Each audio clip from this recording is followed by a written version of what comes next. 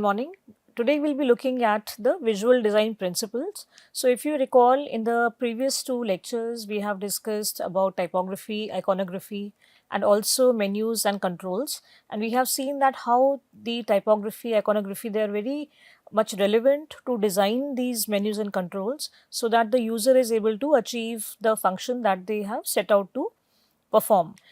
Now, visual design principles are also very helpful in designing these interfaces so that the most efficiency is achieved, and we'll take a look at those today. Previously, we've also seen examples from the area of application design and website design, and we'll also see today the smaller screens that are available, which are in our handheld devices, and specifically in the area of medical or healthcare devices.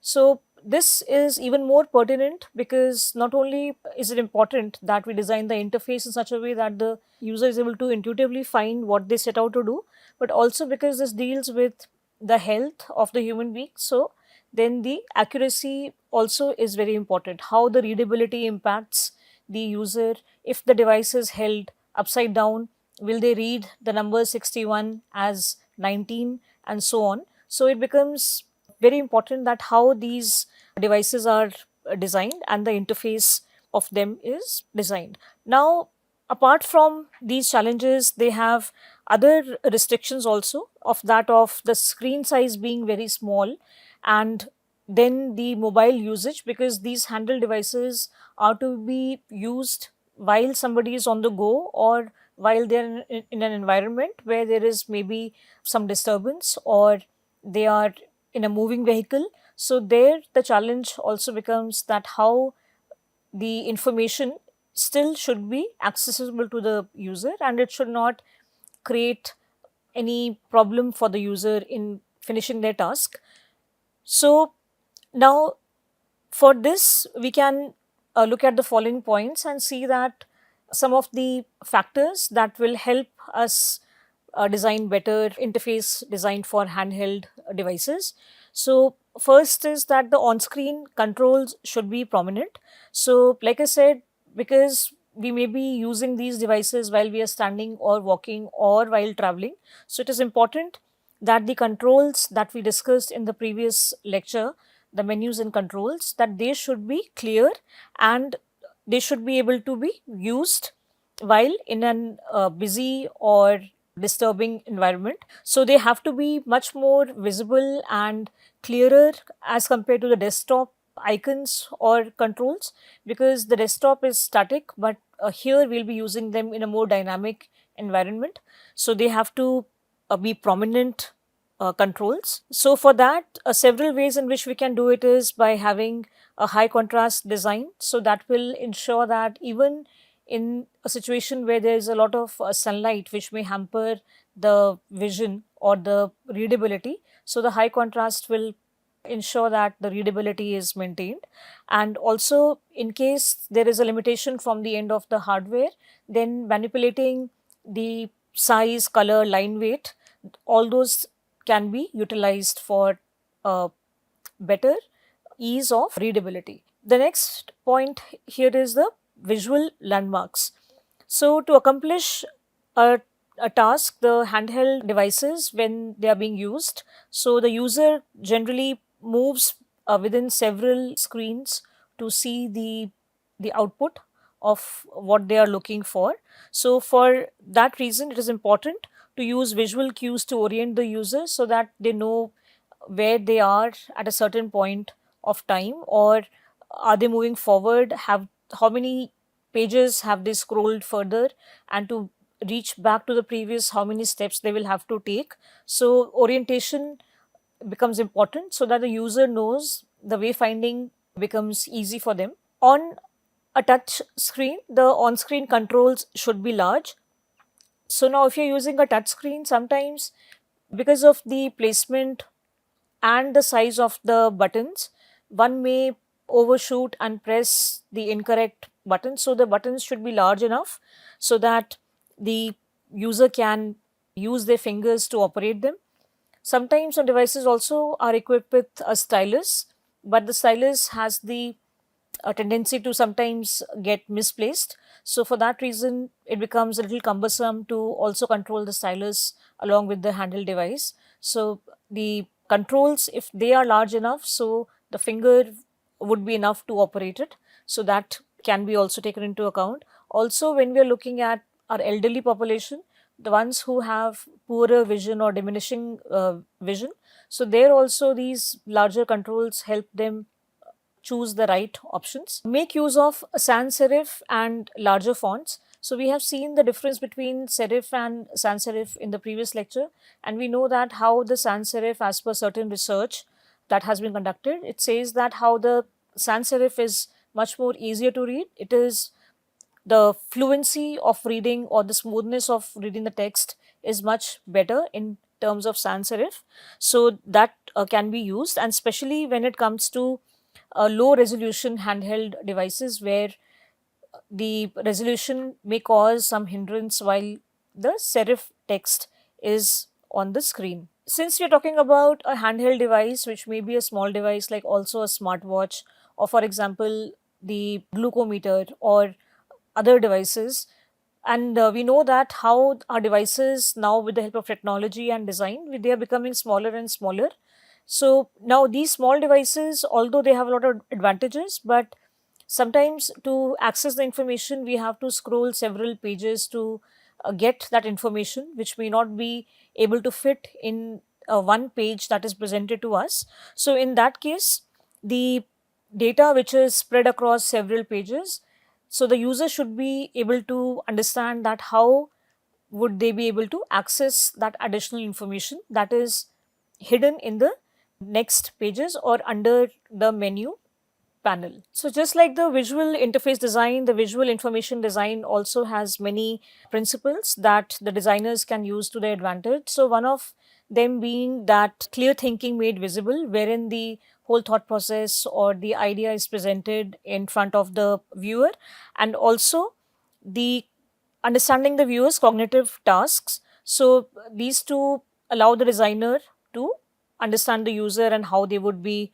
performing the further tasks. Now, one difference that is there between the visual interface design in terms of a print design and digital design, it is that the print design has, for example, if it is a poster communicating about water pollution, so there will be only one page which has to covered the entire information regarding the water pollution topic. However, when it comes to digital interfaces, so there the option is that the progressively information can be accessed by the viewer.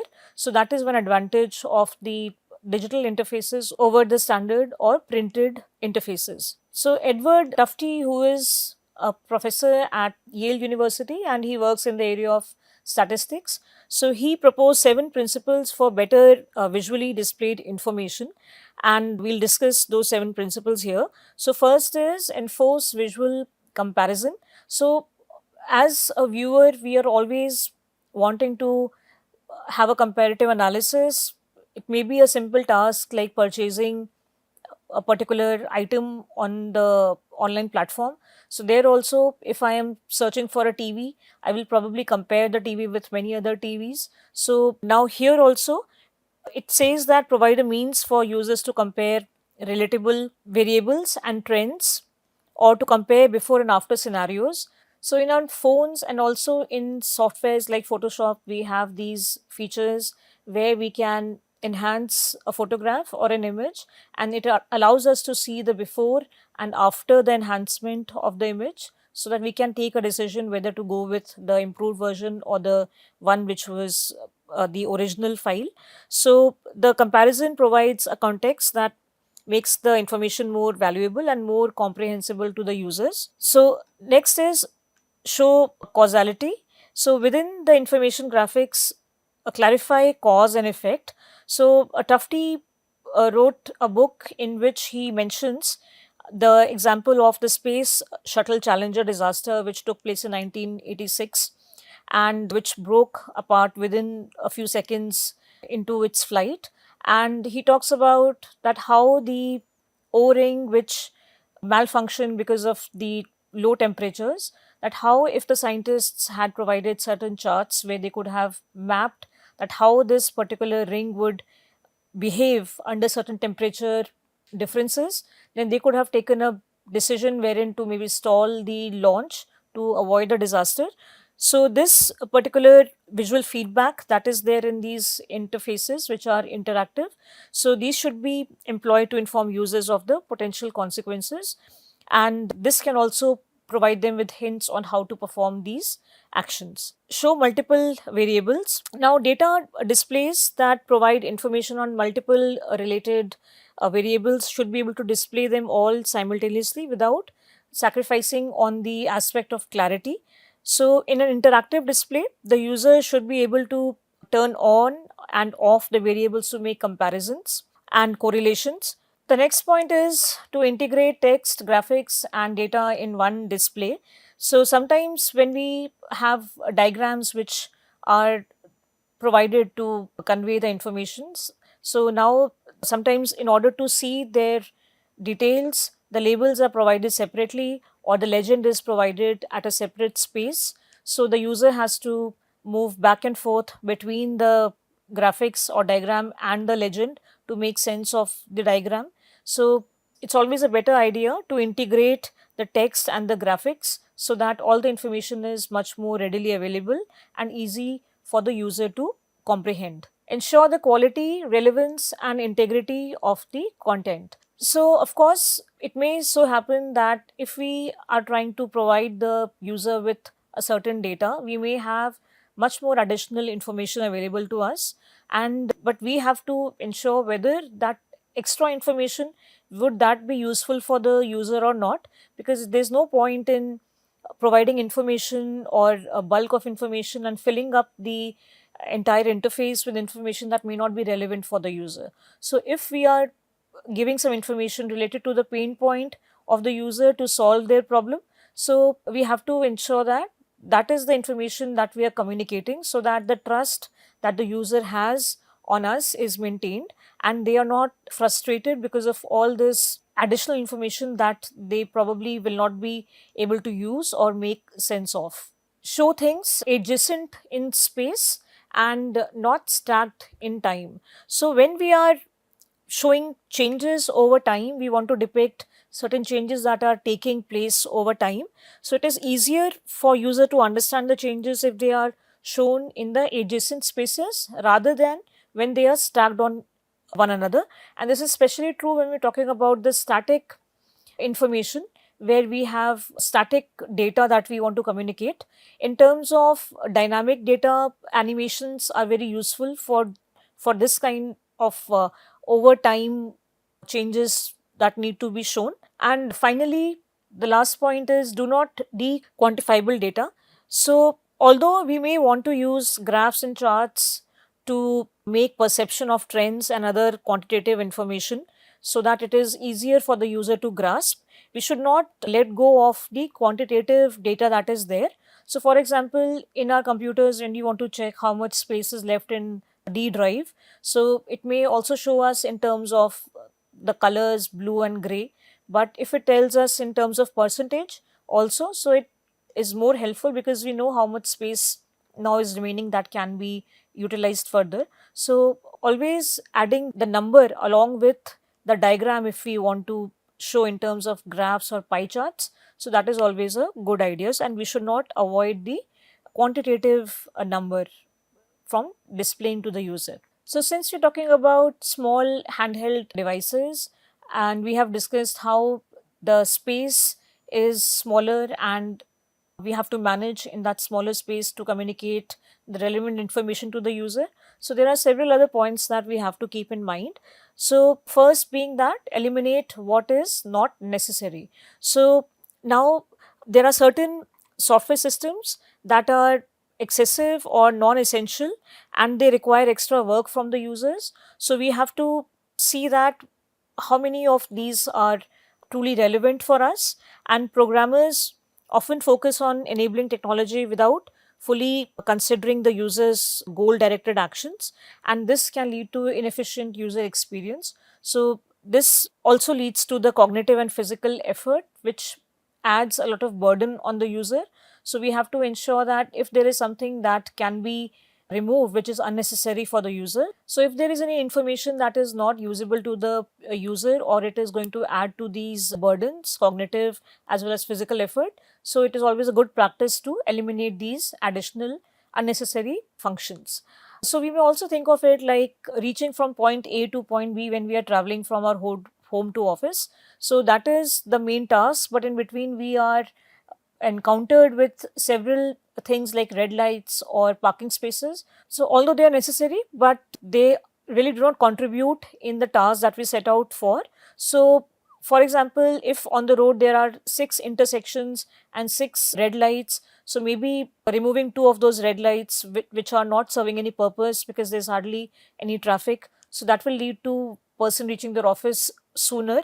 So in the same way, if there are information on our page which is hindering the user from achieving their purpose faster or more efficiently, then we can take a call and remove those unnecessary information. Similarly, here elimination of excise task in graphical user interfaces. So if you compare graphical user interfaces and command line interfaces, we know that in graphical user interfaces there is an additional effort in window manipulation. For example, when we are dragging items from one folder to the other, or we are opening certain folders, so there is an additional step that is taken, so which is considered as excise. So as compared to that, in the command line interface, the user can execute the commands directly by putting in the command. Now on the other hand, the disadvantage is that one should be knowing all of these commands in order to use the CLI or the command line interface efficiently, whereas the graphical user interface can be used by somebody who has no experience of using these interfaces. So for them, it becomes very intuitive and easy to use. So in many softwares, we see that there are these wizards that help the users in for them to take action or provide them with help in figuring out the functions of the interface. So now these, although are very useful for novice users or beginners, but they can become distracting, or they may not be as useful for the people who are now advanced users. So now there should be an option provided wherein the advanced users should be able to turn off these features. So this will help in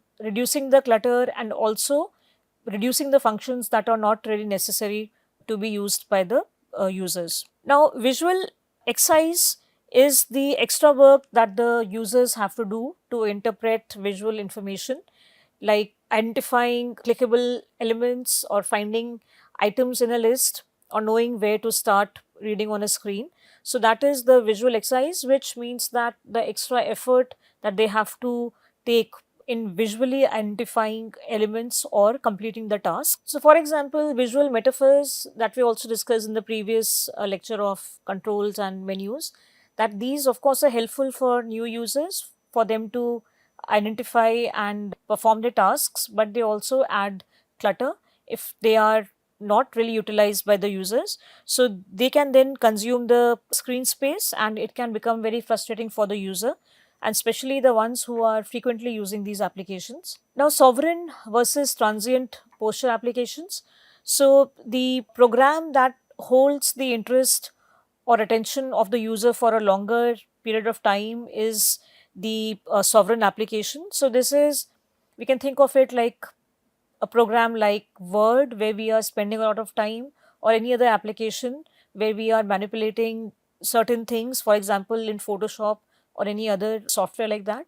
And the transient applications are the ones where the user is not spending a lot of time, but they are glancing to get some feedback or get any information that they want to see. So, for example, while working on a software, the user wants to see the weather or the time, so they will glance into the application and take a look at the weather and then get back to the work they were doing initially. So this is the sovereign versus the transient posture application. So this helps, these transient applications, they help for a quick access and allows the user to get back to their work. And here the user is not really involved too much as they are in the sovereign applications, because they are actively involved in working with the application and giving an input and receiving the output. At the same time, the sovereign posture applications suffer more from visual exercise that we discussed, because repeated interactions make small visual distractions very irritating over time for the user, and transient posture applications require more assistance to help users remember how to use them. So, screen real estate dedicated to guidance is more acceptable. In the previous lecture of typography, iconography, we had discussed how the different typefaces can be used in order to maintain the hierarchy and bring the attention of the user. But however, styling and ornamentation should not be excessive also.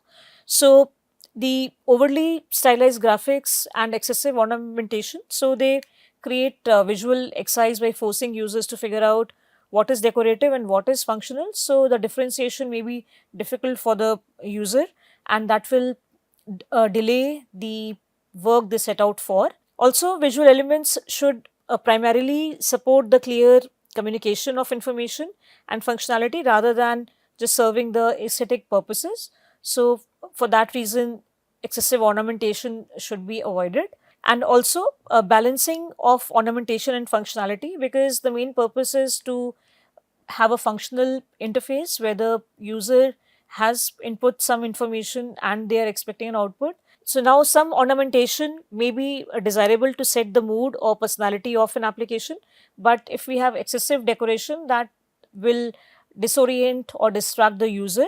So the effectiveness of in the interface will be reduced. So clear communication is one of the important goals of the interface, and for that reason it is important that the visual style and design should focus on helping the user understand the interface rather than complicating the process of finding and using essential controls or information. So some of the do's and don'ts that we can consider while designing our interfaces are that when performing an action that impacts the active window, we should not make users navigate to another window. Also, to allow users to store files in a hierarchical file system without making them remember where they put them. So, how the system can help a user do that. And we have seen the importance of hierarchy in the previous lecture as well. And also to avoid making users resize windows more than necessary, the program ought to resize any windows that appear on the screen to fit their content. So this should be an intuitive feature of the system rather than the user struggling to fit the information for visibility. The system should allow the information to be oriented for the user accordingly. Also, one should avoid making it too small to scroll through all the time or too big and empty. So the whole proportion and the information communication should be worked out. And do not compel users to reposition windows. Do not compel users to reposition windows. Place the application on the desktop if there is empty space there rather than over an existing open program. Also, avoid making users enter their personal settings again and again. And finally, making sure that the person doesn't change the font color, indentation, or sound if they have previously done so. So, now some of these points that are mentioned here, now they can add to the frustration of the user. So, simple things like adding the information again and again. When we are purchasing an item on an online platform and the system asks us to fill in our name and address, and for some reason we have to empty the cart and then get back to the cart again with a new item, and if the system asks us to enter the information again, of course it will really annoy us to some extent. So similar actions should be avoided which will end up frustrating the user or take more time on their end.